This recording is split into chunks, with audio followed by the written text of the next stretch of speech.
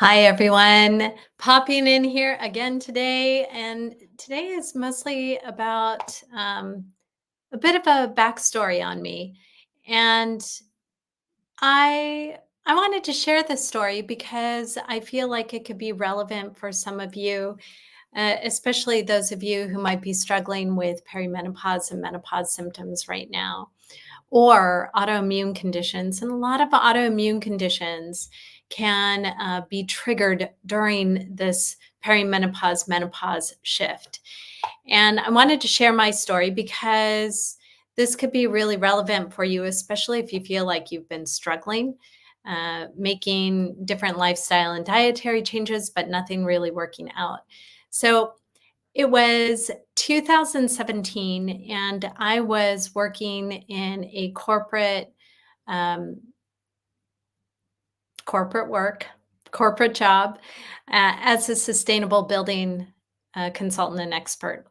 And I really was very passionate about this work. I still am. I'm very passionate about the environment and sustainability in the built environment. And it's something that I'll always have with me. But at the time in 2017, I had given birth the year before to my daughter, who's 7 now, and it was a really wonderful experience. And but I had been struggling up to that point, and then also after giving birth with autoimmune conditions and food sensitivities. They just kept on coming up and coming up. I had gut issues. I had gotten a number of diagnoses with autoimmune conditions.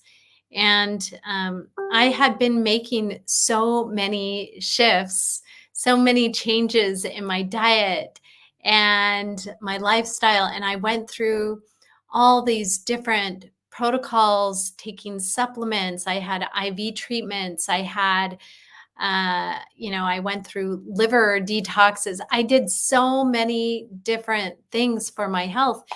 And while I made some improvement, and I certainly learned a lot about my body, while I made some improvement, I felt like there was still something missing. And one thing I had never let go of was my career ambition. And I was very much a go, go, go kind of person. And I worked hard, and I stressed a lot. I stressed about making sure that everyone was taken care of, that I was working with. I would wake up in the middle of the night checking my emails. I had really, really bad insomnia. And that was part of chronic stress leading to essentially like early perimenopause symptoms at the time. So this was, before 2017.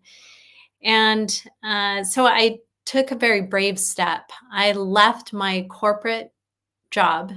I'd really never been without a job since uh, the time I was a freshman in college. I worked all throughout college.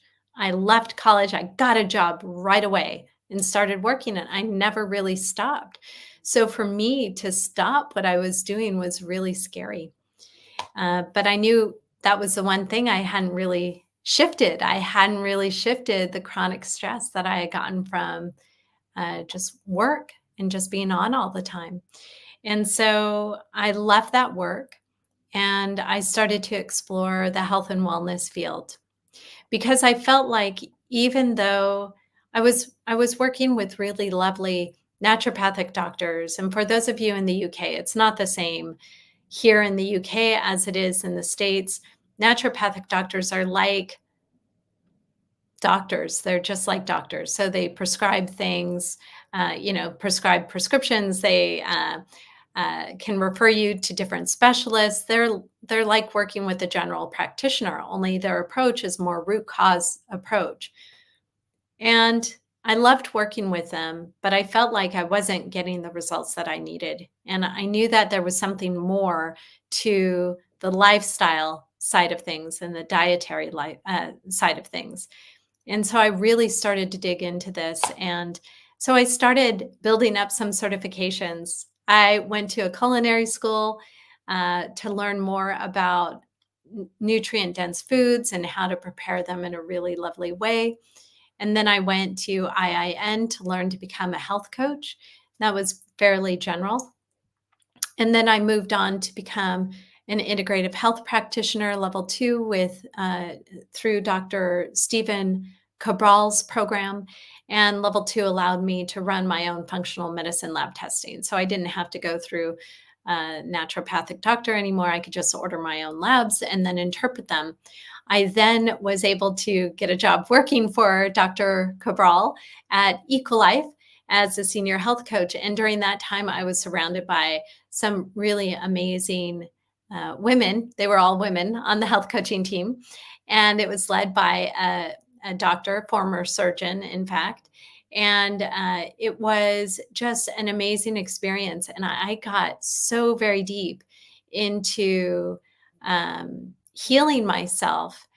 And it was amazing and it worked so well. And here's the thing that I wanted to share is that when you have the right guide for you, you don't have to spend 10 years like I did just spinning your wheels and spending so much money. I spent tens of thousands of dollars on healthcare outside of what insurance would pay. And I did this because I was absolutely adamant I needed to get my health back because I couldn't continue the way I was. And if you don't have your health, there's no real life. You know, it's really hard to function if you have really poor health. It's hard to be present for your family. It's hard to be present for your colleagues at work. And especially during perimenopause and menopause, when you have so many different shifts happening to you, and you have the potential for more um, chronic health conditions to just pop up, to be triggered during this time.